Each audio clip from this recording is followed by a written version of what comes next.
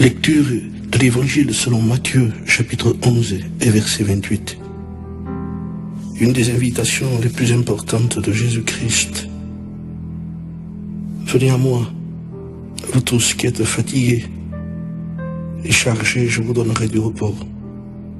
Prenez mon joug sur vous et recevez mes instructions, car je suis doux et humble de cœur, et vous trouverez le repos pour vos âmes, car mon joug est doux et mon fardeau léger.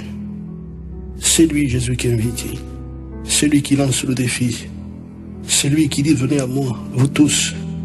Et dans le mot vous tous, il y a bien entendu tous ceux qui se croient dans une impossibilité profonde et qui ne penseraient jamais pouvoir un jour lever la tête vers le ciel. C'est Jésus qui nous a invités, c'est Jésus qui nous invite.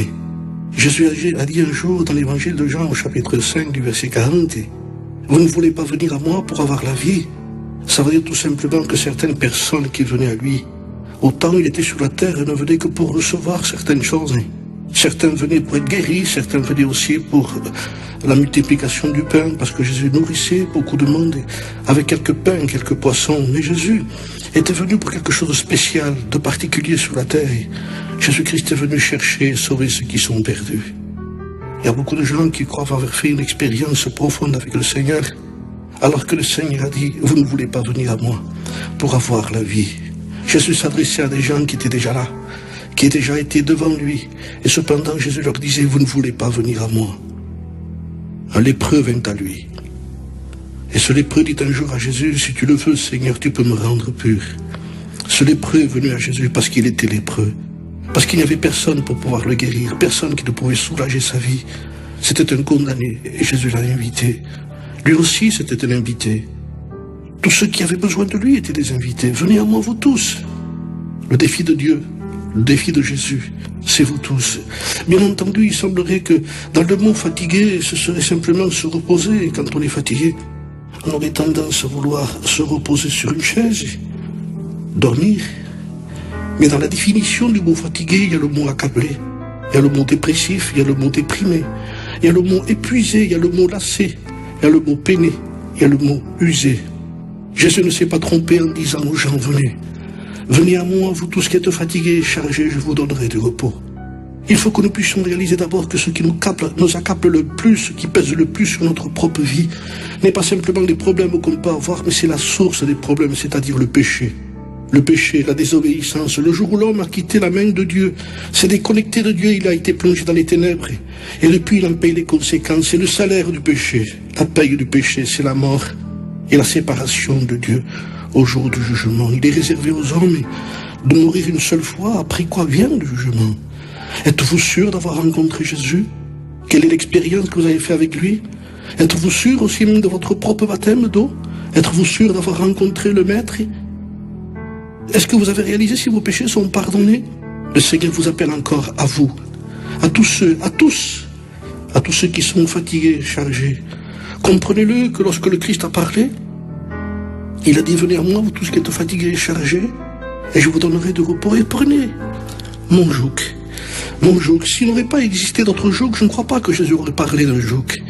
Il n'aurait parlé simplement en disant, venez et prenez le joug. Mais il savait déjà que les êtres humains étaient sous le joug de l'emprise de l'ennemi, du prince de ce monde de ténèbres, c'est-à-dire des esprits méchants qui sont dans le monde, de Satan lui-même et du péché. Alors Jésus a dit, débarrassez-vous d'abord. Acceptez de sortir de votre joug, car vous ne pourrez jamais marcher avec moi si vous gardez votre joug. Combien de personnes ont essayé de venir à Seigneur, d'écouter, de chanter et de vouloir faire comme les autres qui croyaient, mais ils ont réalisé que plus tard, ils n'ont pas pu tenir. Pourquoi?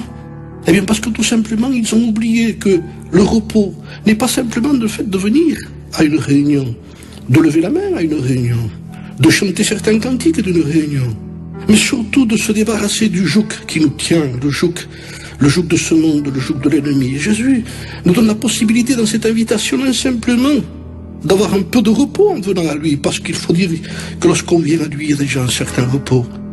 Mais le Seigneur nous démontre dans ce texte que le repos n'est pas simplement de venir à une réunion, mais c'est de se débarrasser de ce joug et de prendre le joug, le sien. Mon joug, a dit Jésus, est doux et mon fardeau est léger. Je suis doux et humble de cœur, on peut. Le Seigneur donne la possibilité. Je voudrais que nous puissions réaliser ces passages qui sont écrits dans ce livre qui est la parole de Dieu. Jésus a dit, je ne mettrai pas dehors celui qui vient à moi. Venez à lui. Vous avez la possibilité, vous tous, même certains qui ont côtoyé les réunions, et je le répète encore, même certains qui ont précipitamment rentré dans un baptistère et qui n'ont pas rien compris encore, et à la grâce qui est manifestée en Jésus-Christ, au don de Dieu, il ne faut pas oublier que s'il nous a invités, c'est parce qu'un jour lui-même est allé jusqu'au bout. Il a été maltraité, opprimé. Le châtiment qui nous donne la paix, dira le prophète Isaïe, est tombé sur lui. C'est par ces meurtrissures que nous sommes guéris. Le sang de Jésus-Christ nous purifie de tout péché. À la croix du Calvaire, c'était là qu'est l'endroit le plus important. Cet endroit-là, c'était justement à cet endroit qu'il n'y avait pas beaucoup de monde. La Bible dit que le berger a été frappé, que les brebis se sont dispersées. Les gens, côtoyant la croix, regardaient les choses de loin. Et cependant, c'était l'endroit le plus important, c'était le centre, c'était l'endroit où tous les hommes peuvent naître de nouveau, parce que le Maître a dit un jour, si nous nous naissons de nouveau, nous ne pourrons jamais ni voir ni rentrer dans le ciel. Jésus nous a aimés. Il nous a aimés jusqu'à mourir pour nous. Il est capable, par sa mort expiatoire, de nous débarrasser de ce joug qui nous implique toujours à être soumis au prince de ce monde. Le Christ, par un mot, par un message, par cette invitation, venez à moi, beaucoup plus important qu'un repos physique, mais un repos spirituel. L'homme est esclave de ce qui a triomphé de lui, dira la parole de Dieu. Et le Maître a dit, si le Christ vous a franchi, vous serez réellement libre. Quand Jésus a franchi quelqu'un, il le libère entièrement de son péché. Ce qui pèse dans notre cœur, c'est le péché. Alors Christ est mort pour nos péchés. Christ a vaincu la mort et a mis en évidence la vie et l'immortalité par l'évangile que nous prêchons. Christ est appelé aussi admirable et conseiller, Dieu puissant, Père éternel, Prince de la paix. Il est Seigneur des seigneurs, il est Roi des rois, il est le plus beau de tous les fils de l'homme, il est la porte du ciel, dira la parole de Dieu, il est aussi le chemin qui conduit au ciel, il est aussi la vérité qui nous amène au ciel, et nul ne va au Père que par lui. Nous voulons bénir le Seigneur pour cette invitation, nous voulons lui rendre gloire pour cette invitation, nous voulons le remercier parce qu'il a accepté d'aller jusqu'au bout, de mourir sur la croix du Calvaire et de prononcer ces quelques mots, et surtout celui qui nous a libérés entièrement, celui qui a permis que le Père nous pardonne. Christ, levant les yeux vers le ciel, a dû dire « Père, pardonne-leur, car ils ne savent pas ce qu'ils font. » Christ est mort. Et la Bible dira bien plus. Il est ressuscité, il est vivant, il intercède pour nous. Si quelqu'un écoute ce message, si quelqu'un ouvre son cœur à ce Seigneur, à ce Sauveur, s'il y aurait un cœur vrai, un cœur sincère, ne cherchez pas à arranger votre vie, ne cherchez pas à améliorer votre vie, ne cherchez pas à faire mieux, mais venez à lui. C'est lui qui a toute la possibilité de rendre possible ce qui est impossible. Jésus a dit ce qui est impossible à l'homme. Et il faut que nous puissions réaliser qu'en ce qui concerne les choses du ciel, le mot impossible est lié à l'homme. Mais en ce qui concerne les choses du ciel aussi, la Bible dit que ce qui est impossible à l'homme est possible à Dieu.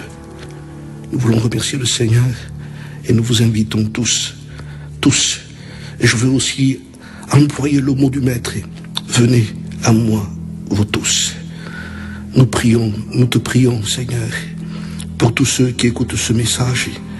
Nous te prions, Roi des rois, Seigneur des seigneurs, qu'à travers ce message, ceux qui l'écouteront, que ce soit, Seigneur, par le moyen qu'ils vont employer dans une voiture, dans une caravane, dans une maison, Seigneur, ou en prison, qu'importe l'endroit, dans un lit d'hôpital, Seigneur, tu les invites à tous, et tu es celui qui est capable de rendre parfait ce qui n'est pas parfait, possible ce qui est impossible, pur ce qui est impur, Seigneur, saint ce qui n'est pas saint. Tu es digne, Jésus de Nazareth, de recevoir ma louange. Seigneur, je te loue, je te glorifie et je te remercie. Et que ces moments-là puissent être en bénédiction pour tous ceux qui écouteront. À toi, toute la gloire, Seigneur. Amen.